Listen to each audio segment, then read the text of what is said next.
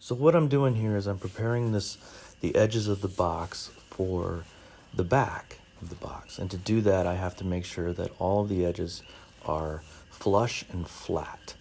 And so here we're gonna plane out the edges, starting with the backs, the fronts, and the bottom. So to make sure that we don't blow out the grain on the back end of this box, I've clamped a piece of wood to the back end there. What that does is as I run the plane over the grain, it keeps the grain tight in that end part. So that's an end grain. So when I run the plane over, I'm making sure that the blade doesn't pull the fibers of the wood out and pull out the back end of that wood. After doing this one side, I'm going to flip it over and do the other side. You'll notice that I have the two boards taped together. And the reason I have them taped together is I want them to remain exactly where they were when I clamped them the first time.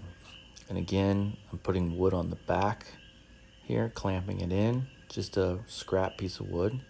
You can see it's just under the edge, right there in the back end, just under the edge of the end of the boards. Check it, my finger, see where the high spots are, mark them, and plane away. And as I plane, the pencil marks will disappear, of course.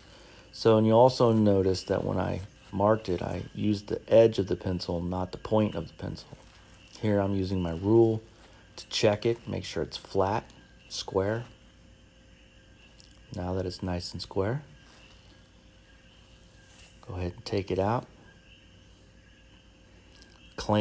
Tape these two ends together again to make sure that they don't move. Tape the end I did the last time. This was the first side I did. Now the two sides are taped together. Flip it over. This is the bottom of the box. And I'm going to untape it and smooth out this. Again, so we don't blow out that end, put the board in place.